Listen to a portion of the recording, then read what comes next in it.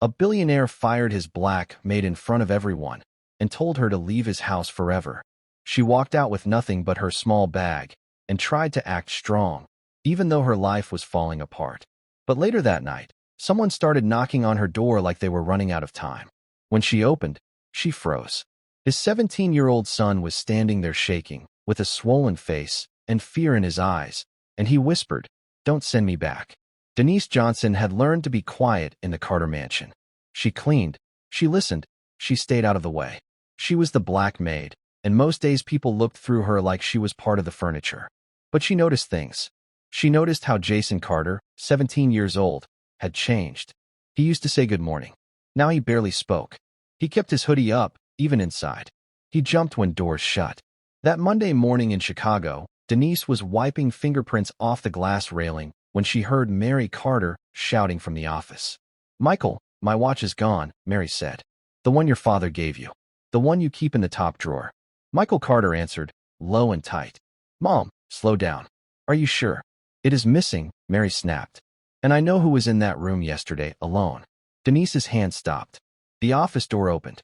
Mary walked out first, neat gray suit, pearl earrings, eyes sharp. Behind her came Michael, the billionaire, looking tired and angry at the same time. Mary pointed at Denise.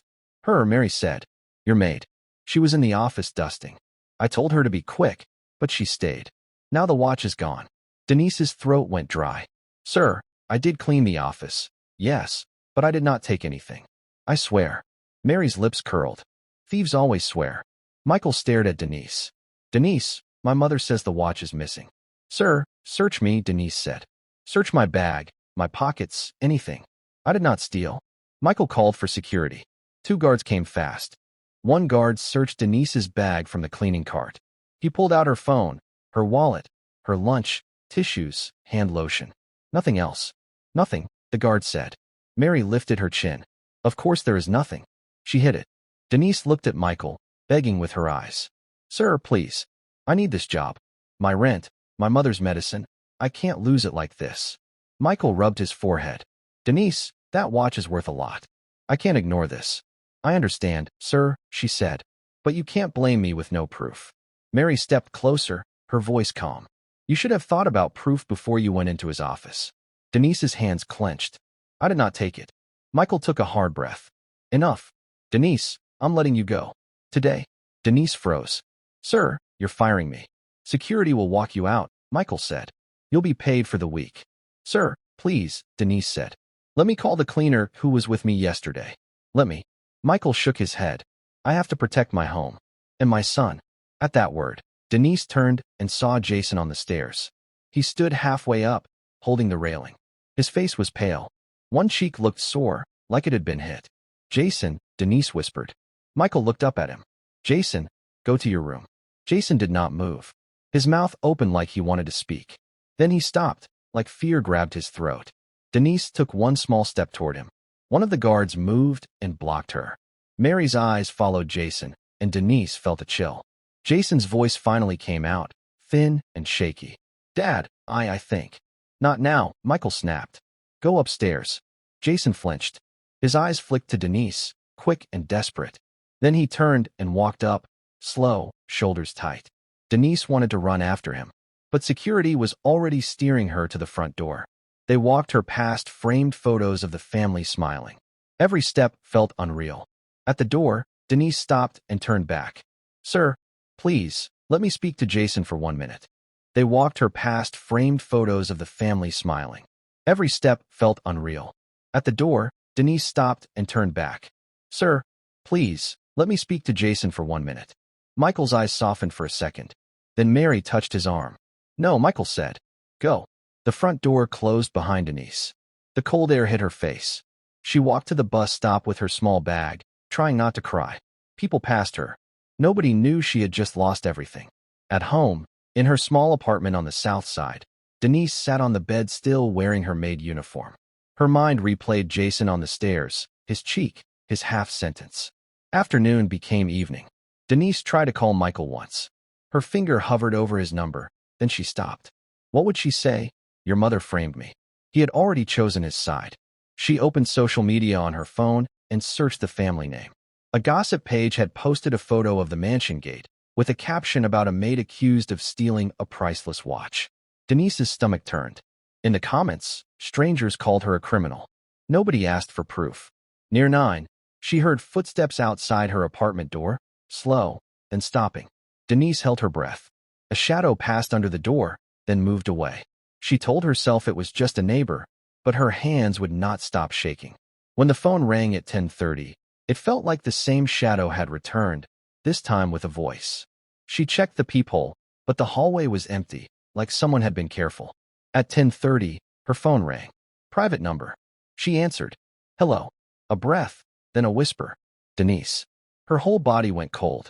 Jason. Jason, what is it? She said, sitting up fast. I'm outside, he whispered. Please, open the door. Jason, are you safe? She asked. Please, he said again, and his voice broke. Before she finds me. Denise rushed to the door and looked through the peephole. Jason stood there in the hallway light, hood up, shaking. One side of his face was swollen. His eyes were red like he had been crying for hours. Denise unlocked the door. Jason stumbled inside, breathing hard. Denise grabbed his arm to steady him. Jason looked at her, tears spilling now, and his voice came out in a rush. Don't send me back, he said. If I go back tonight, something bad will happen. Denise shut the door and locked it. Then she turned the second lock too. Jason stood in her living room like a boy who had been chased, not a rich kid from a mansion. He kept looking at the window, as if he expected someone to appear. Sit down, Denise said. Let me see your face. Jason sat on the edge of the couch. Denise brought a clean cloth and a small bowl of water, then dabbed his swollen cheek, slow and careful. Who did this to you? She asked. Jason swallowed. I fell. Denise paused. Jason, don't lie to me. You came here at night. You are shaking. You are hurt. Tell me the truth. His eyes filled. I can't, he whispered. Listen, Denise said. If you came to my door, it means you already chose to speak to somebody. I am here. But I need the truth to help you. Jason stared at the floor. Then he spoke, like the words were heavy. It's my grandma, he said. Mary Carter, Denise thought, and her stomach tightened. Jason nodded. She hates me, Denise. Why would she hate you? Because I'm not what she wanted, he said. Because my mom died, and she thinks it's my fault. Because my dad listens to her, even when she is wrong. Denise's voice softened. Your mom's death was not your fault. Jason shook his head. She tells me it was. She says if I had not begged to go to that party, my mom would not have driven that night. She says I killed her. Denise sat beside him, not too close, but close enough to feel safe. That is cruel, she said. Jason's voice cracked. She says it when my dad is not there. When I tell my dad, he says I am stressed. He says I am imagining it. Denise took a breath. What happened tonight? Jason pulled his phone from his pocket. The screen had a crack. I recorded her, he whispered. You recorded her saying those things. Jason nodded. But she found out. She took my phone, she slapped me, and she said if I ever embarrass the family again, she will send me away. She said she will tell my dad I attacked her. Denise felt heat in her chest. She hit you. Jason's eyes dropped. I tried to grab my phone back. That's when I got this. Denise held out her hand. Play it. Jason tapped a file. A woman's voice filled the room, sharp and cold. You are weak. You ruined your father's life. You took my daughter from me. If you speak against me, I will make sure nobody believes you. Jason stopped it fast, like the sound burned him. Denise swallowed. Jason, this is proof. Will it matter? He asked, and his hope looked small. It can, Denise said, but we must be smart. Your grandma knows how to twist things. Jason nodded. She already lied before. She told him I stole money from his wallet. I didn't. He searched my room. Denise's eyes narrowed. And today she blamed me for the watch. Jason went still. You heard something, Denise said. Jason nodded slowly. After you left, I heard her on the phone. She was laughing. She said, it worked. Now the maid is gone. She said my dad will never question her. Denise stood up, then stopped. That watch is the key, she said. If we find it, we clear my name, and we show your dad she set us up. She will deny it, Jason said. Not if we get evidence she can't explain away, Denise said. Do you know where she hides things? There is a locked cabinet in her room, Jason said. She never lets anyone clean it. Denise nodded. Are you safe to go back tonight? No, Jason said. If I go back, she will take my phone again. She will say I ran away on purpose. She will tell my dad I'm doing drugs. She said she will send me to a program, and nobody will hear my side. Denise felt a hard truth. A rich home can lock a child behind rules and paperwork. You can stay here. Tonight, Denise said. But we need a plan by morning. If your father reports you missing, police can come. Jason's shoulders dropped. Thank you, he whispered. Denise grabbed her phone. First, we back up that recording now. We send it to my phone, and to an email you control, so she cannot erase it. Jason nodded, and did it with her help. Next, Denise said, we need a witness. Someone in that house saw things. A guard, a cook, anyone. Jason thought. Mrs. Wilson, the old housekeeper, she knows. Grandma treated her badly too. But she was sent away last week. Where does she live? Denise asked. Jason gave an address. Denise saved it. Then Denise's phone buzzed. Unknown number. She didn't answer. It buzzed again, then a message popped up. Bring him back right now, and we can forget this happened. Jason's face drained. That is her number, he whispered. Denise stared at the message. So she knows where you are. Jason's voice shook. She put a tracker in my phone case after my mom died. She said it was for safety. Denise pulled the phone case off. A small tag fell onto the couch. Denise held it up. This is not safety, she said. This is control. Jason's eyes begged her. Please, Denise, don't send me back. Tonight, you sleep here, Denise said. In the morning, we go to Mrs. Wilson first. After that, we call my pastor, he knows a lawyer. Then we send your dad one message. Meet us alone, know your grandma. If he refuses, we go to the police with the recording. Denise took a breath and chose. We are not going back tonight, she said. Tomorrow, we do this the right way, and we make your father see the truth. Denise did not sleep that night. Every small sound made her sit up. Jason slept on the couch with his shoes off, but his hoodie still on, like he was ready to run again. At 2 in the morning, he woke up shaking. Then he went back to sleep after Denise gave him water and told him, you are safe here. By 6, the sky was gray. Denise cooked eggs and toast. Not fancy, just enough to warm them. Jason ate in silence. My dad is going to be angry, Jason said. He might be, Denise replied, but anger is not the biggest danger right now. The biggest danger is that he does not believe you. Jason nodded. Denise picked up her phone. First stop, Mrs. Wilson, she said. They took a rideshare to the address Jason gave. It was a small apartment building with old stairs and peeling paint. Mrs. Wilson opened the door slowly. Then her eyes widened when she saw Jason. Lord have mercy, she whispered. Baby, what happened to your face? Jason's eyes got wet. Mrs. Wilson, I'm sorry I left without telling you. Come in, she said, looking at Denise. And you must be Denise, the young lady they blamed for that watch. Denise swallowed. Yes, ma'am. Mrs. Wilson's mouth tightened. I knew it was a lie, she said. I just didn't know how far she would go. Denise sat with her hands clasped. We need help, she said. Jason has a recording. Mary has been threatening him, and she set me up. Jason says she hid the watch. Mrs. Wilson nodded like she had been holding this pain for years. I have seen Mary Carter break people with a smile, she said. I stayed because I loved that boy. I stayed because his mother was kind to me. When she died, Mary moved in like a storm, and Mr. Carter stopped thinking for himself. Jason's voice shook. Will you talk to my dad? Mrs. Wilson reached and held his hand. Yes, she said. But we must do it in a way he cannot ignore. Denise looked up. I know a pastor, Denise said. He knows a lawyer, a young man who helps people for free sometimes. We can call him, have him present, so this doesn't turn into Mary shouting and your dad walking away. Mrs. Wilson nodded. Do that.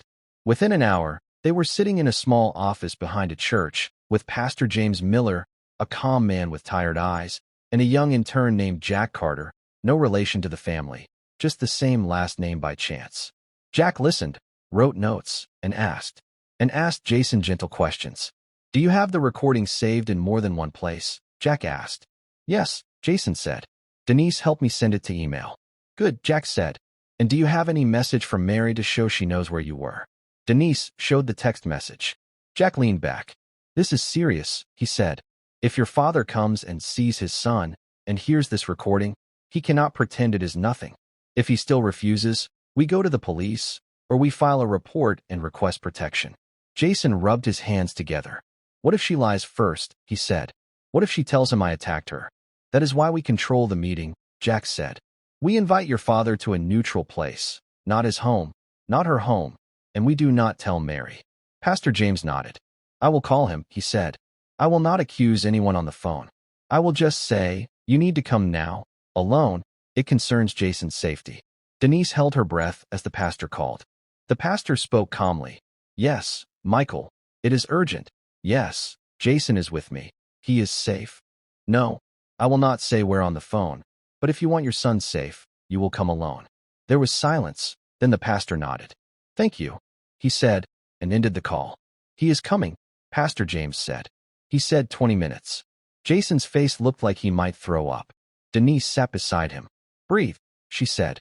No matter what happens, you told the truth, and you came for help. Jason nodded once. When Michael Carter walked in, he looked like he had not slept either. His suit jacket was on, but his shirt was wrinkled. His eyes went straight to Jason's face, and something in him broke for a second. Jason, Michael said, voice rough. What is this? What are you doing here? Why did you run? Jason stood, but he did not move forward. Because I was scared, he said. Michael's eyes flicked to Denise, and his face tightened. Denise, he said. So you are the one hiding him. Denise stayed calm, even though her heart was beating hard. Sir, he came to my door, she said. He was hurt, he was terrified, and he begged me not to send him back. Michael took a step, then stopped when he saw the pastor, then Jack. What is this? He asked. Some kind of setup. Pastor James raised a hand. Michael, sit, he said. Listen first, then decide what you believe. Michael's jaw flexed. He sat. Jack spoke gently. Mr. Carter, I'm here to make sure this stays calm and clear. Jason has evidence of threats. We want you to hear it. Michael's eyes narrowed. Threats from who? Jason's voice was small. From Grandma. Michael sat back like the air left him. No, he said. That's not true. Denise did not argue. She simply nodded at Jason. Jason played the recording. Mary's voice came out clear, cold, sharp, calling him weak, blaming him, warning him that nobody would believe him. When it ended, the room went silent. Michael stared at the floor for a long time, like his mind was trying to find a way out. That is her voice, Michael whispered. Jason nodded, tears falling. She hit me last night, he said. She took my phone. She said she would send me away. She said she would tell you I attacked her. Michael looked up fast. She hit you. Jason touched his swollen cheek. Michael's eyes turned red, but he still looked confused, like he could not accept what was right in front of him. He shook his head. She would not, he muttered. My mother would not do that. Mrs. Wilson stepped forward. Yes, she would, she said. And she did. Michael turned. Mrs. Wilson, you fired me because Mary wanted me gone, Mrs. Wilson said. You let her run your house, and she punished your son when you weren't looking. I saw her grab him by the arm. I saw her curse him. I saw her lock him in his room for hours. I begged you to watch, but you always had meetings. You always said you would handle it later. Michael looked like he had been punched. Denise spoke softly. Sir, she also set me up, Denise said. The watch did not disappear on its own. Jason heard her admit it on the phone, laughing, saying it worked. Now the maid is gone. Michael's face twisted. Jason, is that true? Jason nodded. I heard her. Michael stood up, so fast his chair moved back. Where is she? He said. Jack lifted a hand. Mr. Carter, do not go in anger, he said. If you rush in alone, she will twist it. She will cry. She will claim you are out of control, and she will make it about her. You need proof, and you need a calm plan. Michael's chest rose and fell. How do I get proof? He asked. Denise's voice was steady. The watch is in your house, she said. In a place only she controls. Jason said she has a locked cabinet in her room. Michael went still. He looked at Jason. Is that true? Jason nodded. She keeps the key on her at all times, or in her purse. Michael walked to the door, then turned back, eyes wet now. Jason, he said, I'm sorry. I'm sorry I did not see it. I'm sorry I did not listen. Jason's shoulders shook. Michael looked at Denise, shame in his eyes. And you, he said. I threw you out with nothing. I believed her without proof. Denise swallowed. Sir, right now, Jason is what matters, she said. But yes, my name needs to be cleared, because she will do this to the next person too. Michael nodded once, hard. I will fix it, he said. Pastor James said, we will go together, calmly, he said. You will not go alone. Michael agreed. They drove to the mansion in 2 cars. Denise's stomach tightened as the gates opened. It felt like walking back into a place that had already judged her. Inside, Mary was in the living room like she had been waiting. She stood up, eyes sharp. Then her gaze landed on Jason, and for a split second, something like panic crossed her face. "Jason," she said softly, acting sweet. "There you are. We were so worried." Michael's voice cut through the room. "Mother, where is the watch?" Mary blinked. "What? Where is the watch?" Michael repeated, louder. "And don't lie." Mary's smile stayed, but her eyes went cold. "Michael, this is not the time," she said. "Your son ran away with that maid. Do you know what people will say?" Michael stepped closer. "I heard your voice," he said. "I saw his face. Now tell me, where is the watch?" Mary's chin lifted. "You are choosing them over me." Michael's voice broke. "I am choosing my son," he said. "I should have chosen him a long time ago." Mary's hand moved toward her purse. Jack noticed. Jack said, "Stop, ma'am," he said. "Do not touch anything." Mary froze. Michael held out his hand. "Give me the key to your cabinet," he said. Mary laughed once, sharp. "You have lost your mind." Michael nodded at security. "Search the room," he said, "and call the police to witness this, now." Mary's eyes flashed. "Michael, don't you dare." Security moved. One guard opened Mary's purse. The small cabinet key was inside. When the cabinet was opened, the watch sat there, wrapped in a cloth, like it had been sleeping. Denise let out a breath she did not know she was holding. Michael stared at it, then turned to his mother. "Why?" he asked. "Why would you do this?" Mary's voice shook with rage. "Because that maid was getting close to him," she snapped. "Because she was filling his head with nonsense. Because he was starting to look at you like you were the enemy. And I will not be pushed out of my own family." Jason flinched. Michael's face hardened. "You pushed yourself out," he said. When the police arrived, Mary tried to switch into tears, but the watch was there, and the recording was already saved. Her words kept tripping over the truth. Jason stood behind Denise, close but not hiding anymore. Michael looked at Denise again, his voice low. "Denise, I will clear your name today, publicly," he said. "And I want you to know, you saved my son's life." Denise looked at Jason, then back at Michael. "Promise him safety," Denise said. "Not money, not gifts, safety." Michael nodded. "I promise," he said. "And this time, I will prove it." Jason's breath came out shaky, like he had been holding it for years. And for the first time that night, he did not look like he was running anymore. He looked like he was finally coming home, to the right kind of home. Dear viewers, this story is a strong reminder that the most dangerous pain is the one people hide behind big houses, big names, and fake smiles. Denise was only a maid, but she chose to protect a child when it could have cost her everything. And Jason was only 17, but he found the courage to speak when fear had been choking him for years. And maybe the biggest lesson is this: sometimes the person shouting the loudest is not the one telling the truth, and sometimes the quiet person you ignore is the one carrying the real story. If this story touched you, please comment where you are watching from, and tell us what you learned from it. Also tell us the exact moment that broke your heart or made you angry. Please like this video, subscribe, and share it with someone who needs this message today. And if you want more stories from us, comment more stories, and you will be the first to get the next emotional stories.